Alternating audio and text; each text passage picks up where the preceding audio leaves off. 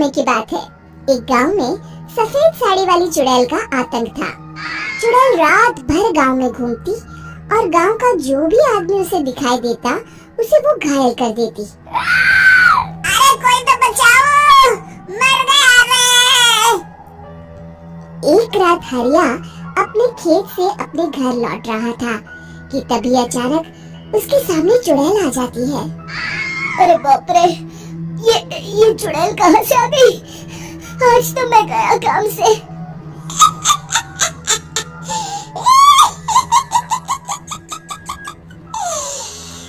आज मुझे मेरा शिकार मिल गया। अरे चुड़ैल दीदी, मुझे छोड़ दो।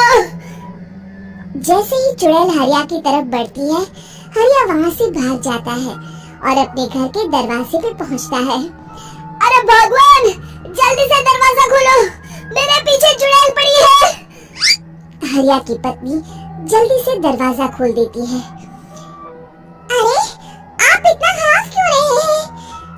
अरे मेरे पीछे चुड़ैल पड़ी है, आज तो मैं बाल बच गया। जल्दी से सभी दरवाजे और सभी खिड़कियों को बंद करके बत्ती बुझा दो। तभी चुड़ैल हरिया के घर के पास पहुंच जाती है।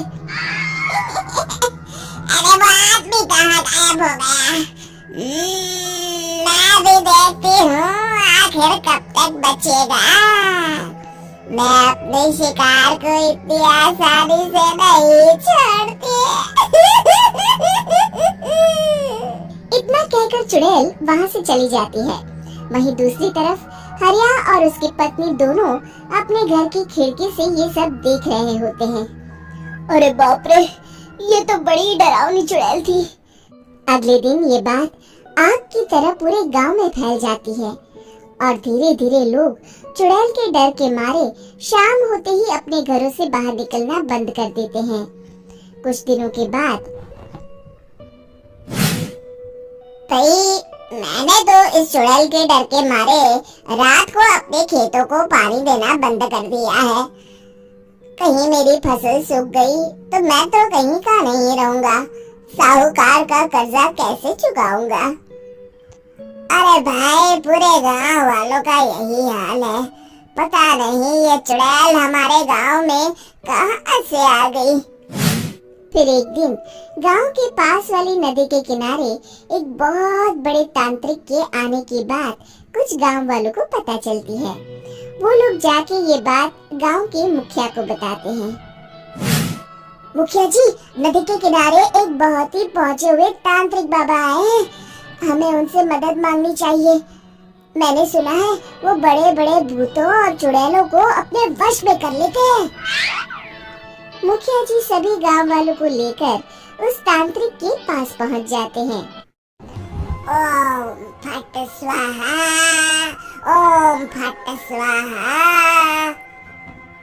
तभी तांत्रिक अपनी बंद आंखों को खोलकर कहता है, क्या बात है, तुम सब लोग यहाँ क्यों आए हो?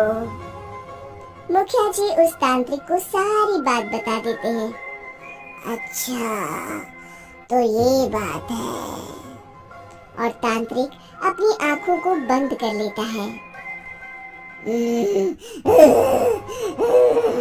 मैं देख रहा हूँ तुम्हारे पूर्वजों ने बहुत पाप किए थे, जिससे ये गांव अब श्रापित हो चुका है। उसी के फल स्वरूप तुम्हारे गांव में चुड़ैल आई है। ये चुड़ैल बहुत खतरनाक है, ये किसी को नहीं छोड़ेगी।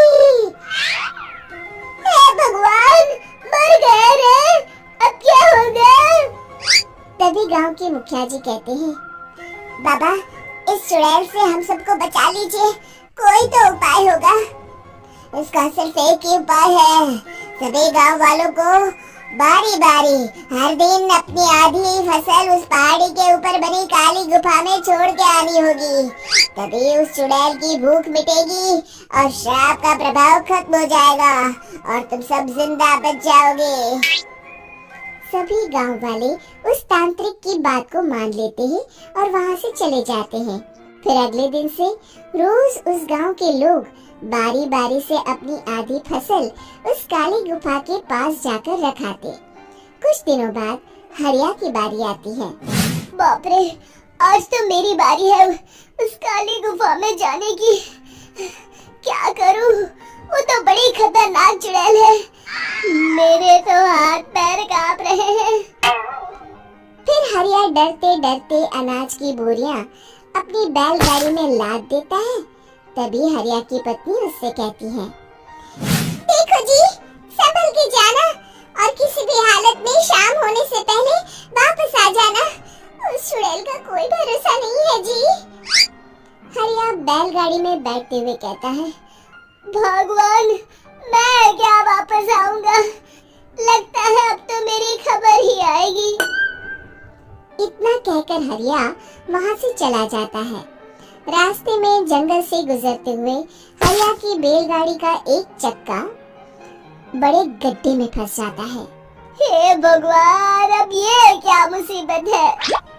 हरिया नीचे उतर के पूरी ताकत से अपनी बैलगाड़ी को गड्ढे से निकालने की कोशिश करता है।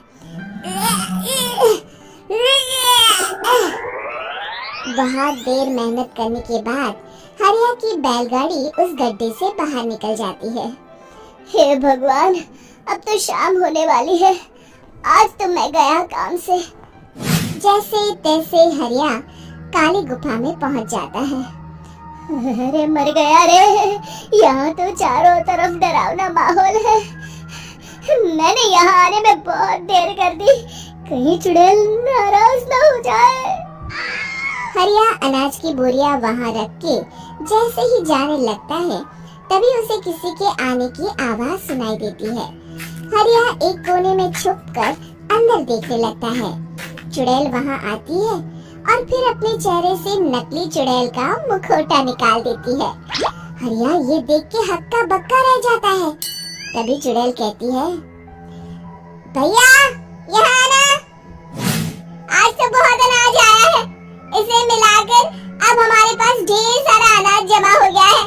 कल ही हम इसे शहर में बेच आएंगे और माला माल हो जाएंगे। तभी अंदर से नदी के किनारे वाला तांत्रिक बाहर आता है। अरे, ये तो तांत्रिक बाबा है। हाँ, अब तो हम दोनों की जिंदगी मजे में कटेगी। गांव वालों को बेवकूफ बनाना इतना भी मुश्किल नहीं था। लोग तो तुम्हें सच में असली चुड़ैल समझते हैं। हाँ, तुमने सही कहा। अब ये गांव वाले चुड़ैल के डर से जिंदगी भर इस काली गुफा में अनाज पहुंचाते रहेंगे। अच्छा, तो ये बात है। ये दोनों पूरे गांव वालों को बेवकूफ बना रहे हैं। अभी जाकर सबको बताता हूँ। हरिया उन दोनों की पूरी बातें सुन लेता है और जल्दी से वापस गांव में आता है। गांव वालों को पूरी बात बता देता है। इससे पहले वो दोनों हमारा अनाज लेकर शहर जाए, हमें उन दोनों को पकड़ना होगा। उधर दूसरी तरफ नकली तांत्रिक और नकली चुड़ैल बनी औरत एक बड़ी गाड़ी में सारा अनाज लाद के वहां से निकलने की तैयारी कर रहे होते हैं। जल्दी करो, इससे पहले हमें कोई देख ले। हमें यहाँ से निकलना होगा। और तभी वो दोनों देखते हैं कि सामने से सभी गांव वाले अपने अपने हाथों में मशाल लेके आ रहे हैं। दोनों बुरी तरह डर जाते हैं। रुक जाओ, तुम दोनों का भांडा फूट चुका है। अरे मर गए रे, ये गांव वाले कहाँ से आ गए? तुमने क्या सोचा इतनी आसानी से यहाँ से निकल जाओगे? ये अनाज हमने अपने खून पसीने से दिन रात खेतों में मेहनत करके उगाया है। दोनों मुखिया जी के पैरों में गिर जाते हैं। हमें माफ कर दीजिए, हम दोनों एक नंबर के कामचोर हैं। बिना मेहनत किए पैसे कमाना चाहते थे। हाँ, अब हम आगे से मेहनत मजदूरी करके पैसे कमाएंगे। हमें कुछ मत करना, हमें छोड़ दीजिए। इतना कह के दोनों गांव छोड़ के भाग जाते हैं और सभी गांव वाले फिर से खुशी खुशी रहने लगते हैं। शिक्षा। तभी तो कहते हैं कि किसी भी समस्या का समाधान केवल सूझबूझ से ही करना चाहिए और कभी हिम्मत नहीं हारनी चाहिए। दोस्तों, हमें उम्मीद है कि आपको हमारी ये कहानी पसंद आई होगी। कृपया हमारे चैनल को सब्सक्राइब करें और सभी अपडेट्स के लिए बेल आइकन जरूर दबाएं। और हाँ, वीडियो लाइक और शेयर करना मत भूलिएगा। Bye bye.